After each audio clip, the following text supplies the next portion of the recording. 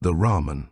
Once, when I attended grad school, not a stuffy or a rad school, thinking I might benefit from garnering an MFA.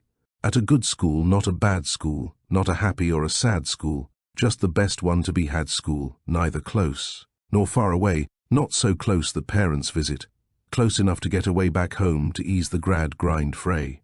Indistinctly then, I mumbled in my search upon my jumbled table for the cube I crumbled for my evening's fine buffet.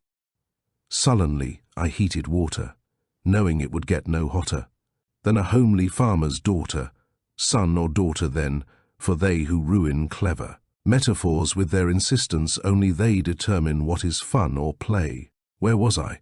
Oh yes, the shaking of the pasta's fragments flaking in the bowl where I was making soup for evening's fine buffet. Underpowered burner heating water for my long-repeating meal that I was always eating, appetizer and entree, salad, fish, dessert, and cheese, and appetizer and entree that I sought without delay. Perhaps it was my hunger, soaring on my unstrung guts and drawing groans like the bourgeoising in their soi bourgeoisie way, but I thought I saw the wrapping rising up and almost flapping, faintly flapping, maybe flapping, like a bird of prey, although a rapping, even flapping, cannot be a bird of prey, not in this world anyway. In that dreamlike state I mentioned, I imagined ill-intentioned advents of some fifth-dimensioned creatures here to my dismay, but it hung there not quite flying, not quite, really even trying, while it seemed it might be eyeing me to see what I might say. I, too, wondered what I'd say, wondered what I ought to say was there was anything to say. There it hung without a flutter. There I sat, then dared a mutter. When I spoke, I had a stutter. Ramen. Go away.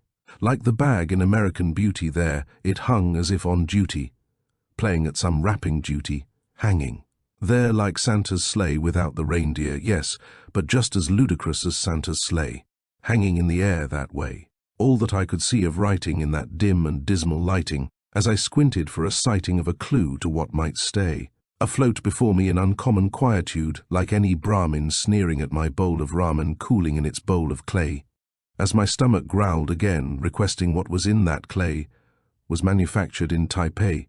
Was I discombobulated at the printing that had stated, or had seemed that it had stated that that was its sobriquet? No, this happens all the time.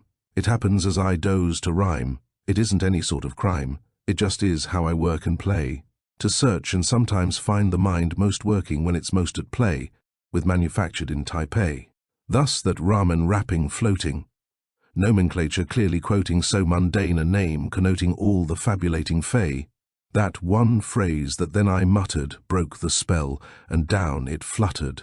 Now, however, when I've uttered all its meaning some bad day, it takes me off to twilight worlds, however awful that bad day, with manufactured in Taipei.